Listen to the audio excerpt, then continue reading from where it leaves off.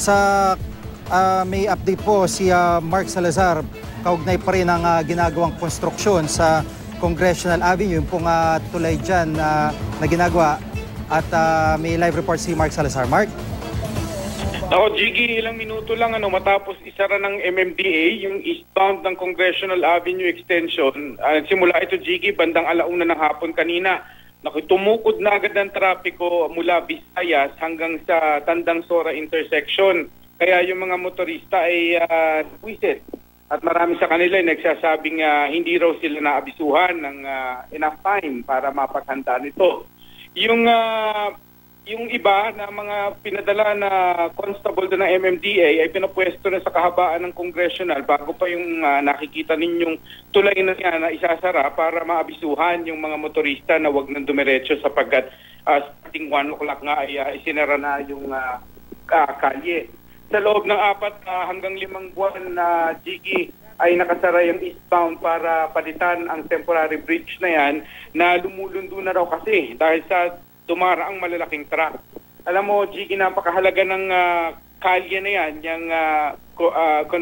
itong Congressional Avenue Extension dahil ito yung connecting route ng NLEX at SLEX at mahigit 2,000 truck araw-araw na may bitbit na iba't ibang produkto dumadaan dyan.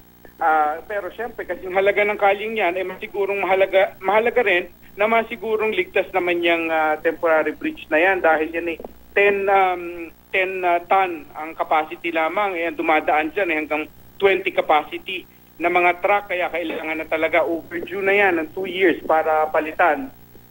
Yung traffic rerouting ng MMDA ay may tendency na i-divert ang mga truck at ang mga iba pang motorista dyan, light vehicles, towards the Quezon City Memorial Circle. Jiggy, na alam naman natin na pag umulan ay isa pa ring naglalak at tumatraffic. Pero talagang ayon nga kay MMDA Chairman Francis Tolentino, ay wala tayong choice dahil wala naman sila talagang malalabas ang iba kundi doon sa area na yon.